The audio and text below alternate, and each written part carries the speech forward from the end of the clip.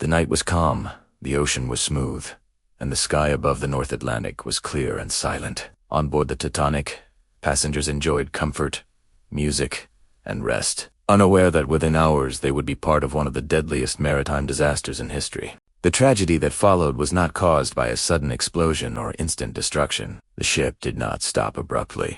There was no dramatic scene of chaos. Because the event did not appear serious, the atmosphere remained calm. Water began entering the ship faster than it could be controlled. Engineers quickly understood the truth. The ship was doomed to sink. The only question was how much time remained. Instead of acting immediately with full urgency, the response began slowly. Officers discussed the situation. Damage reports were confirmed. During that time, the Titanic continued to fill with water, while most passengers remained unaware of the real danger. Many stayed inside their cabins.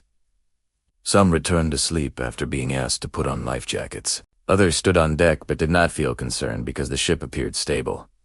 Human psychology played a powerful role. When lifeboats were finally launched, the slow response created new problems. Many boats left partially filled.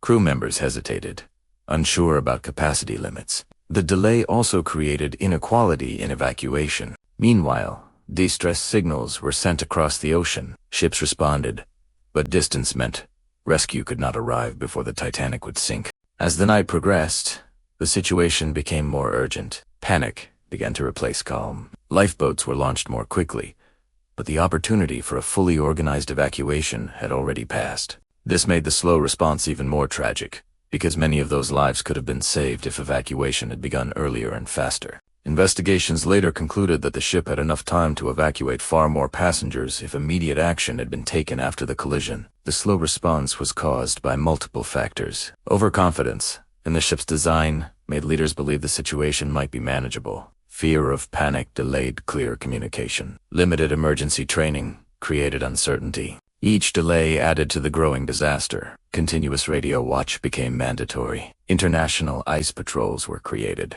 The Titanic disaster teaches a powerful lesson that goes beyond maritime history. In any emergency, the greatest danger is often hesitation. The iceberg caused the damage, but the slow response turned the situation into a catastrophe. The ship stayed afloat for nearly 3 hours. The tragedy of the Titanic is not only about what happened that night. It is about how human decisions, hesitation, and delayed action can turn a crisis into a mass tragedy. Because sometimes disasters are not defined by the moment of impact. And on that cold night in the North Atlantic,